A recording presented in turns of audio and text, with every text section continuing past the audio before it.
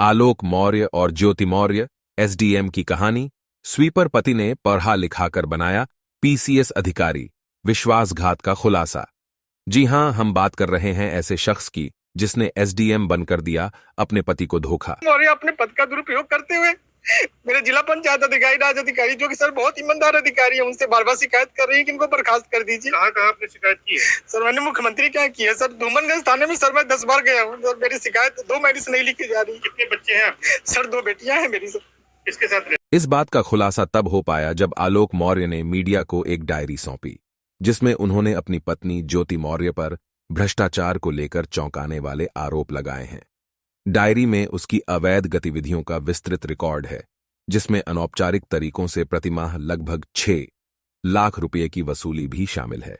मामले की फिलहाल जांच चल रही है, क्योंकि भ्रष्टाचार के आरोपों ने काफी ध्यान आकर्षित किया है।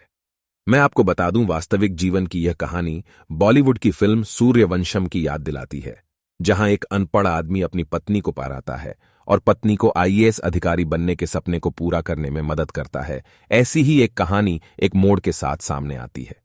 बरेली में प्रांतीय सिविल सेवा पीसीएस अधिकारी ज्योति मौर्य के पति आलोक मौर्य ने अपनी पत्नी को शिक्षित करने और उप विभागीय मजिस्ट्रेट एसडीएम बनने की उनकी यात्रा में जी जान से सहायता करने में महत्वपूर्ण भूमिका निभाई।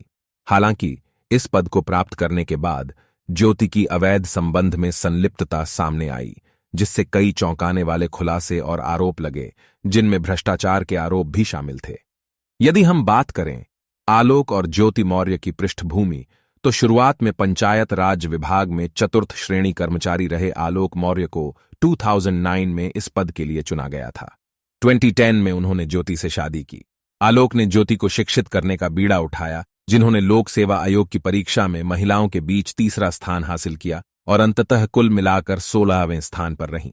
ज्योति का पीसीएस अधिकारी के रूप में चयन 2015 में उनकी जुड़वां बेटियों के जन्म के साथ हुआ।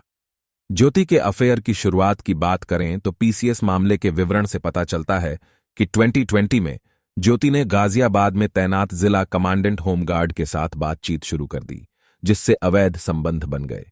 दोनों के बीच संबंध उनके कर्तव्यों के दौरान विकसित हुए। हालांकि 2022 में आलोक को ज्योति के फेसबुक अकाउंट पर ज्योति और होमगार्ड कमांडेंट के बीच अश्लील बातचीत का पता चला।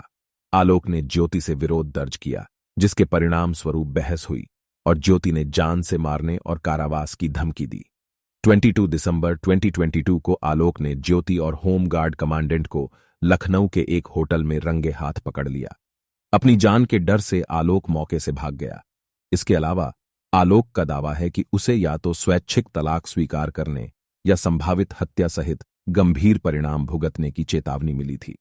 ज्योति ने इसका बदला लेते हुए आलोक के खिलाफ धूमनगंज थाने में दहेज का झूठा मामला दर्ज करा दिया। यहां तक कि उस पर धारा 376 बलात्कार का झूठा आरोप लगाने की धमकी भी दी।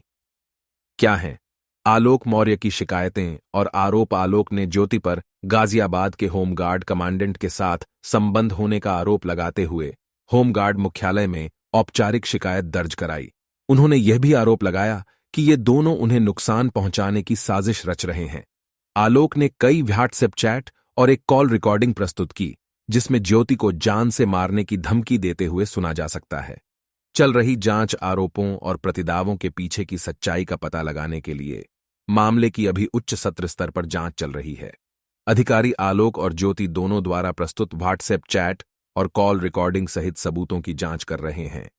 जांच का उद्देश्य ज्योति के कथित भ्रष्टाचार की सीमा को उजागर करना और यह निर्धारित करना है कि अवैध धन इकट्ठा करने में उसकी संलिप्तता के आलोक के दावों में कोई सच्चाई है या नहीं। इसके अतिरिक्त अधिकारी आलोक के खिलाफ ज्योति के आरोपों की वैधता का आकलन करेंगे, जिसमें बड़ी रकम और एक घर की उसकी कथित मांग भी शामिल है। जैसे जैसे मामला सामने आया, इसमें शामिल दोनों व्यक्तियों की प्रमुखता के कारण यह सार्वजनिक चर्चा का विषय बन गया है। विश्वासघात, भ्रष्टाचार और धमकियों के चौंकाने वाले खुलासों ने मीडिया और स्थानीय समुदाय का ध्यान खींचा है। यह देखा जाना बाकी है कि जांच कैसे आगे बढ़ेगी और आरोपों से क्या कानूनी परिणाम सामने आएंगे।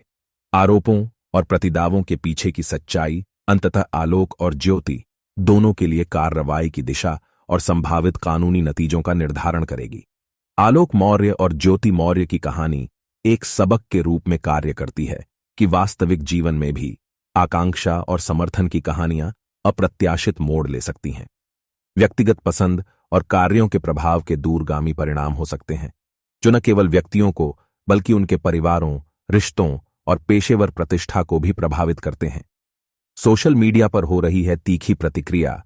जब से आलोक मौर्य और ज्योति मौर्य प्रकरण सामने आया है, तब से social media, WhatsApp, Twitter, Instagram और फेसबुक जैसे प्लेटफॉर्म पर लोग ज्योति मौर्य के प्रति अपना गुस्सा जाहिर कर रहे हैं और ज्योति मौर्य को उसके पद से हटाने की मांग कर रहे हैं।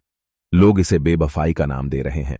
जहां आलोक मौर्य के प्रति सहानुभूति प्रकट कर रहे हैं, तो ज्योति के प्रति गुस्सा।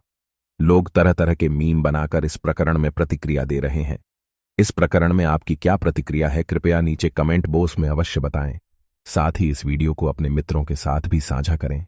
आपका सहयोग अपेक्षित है।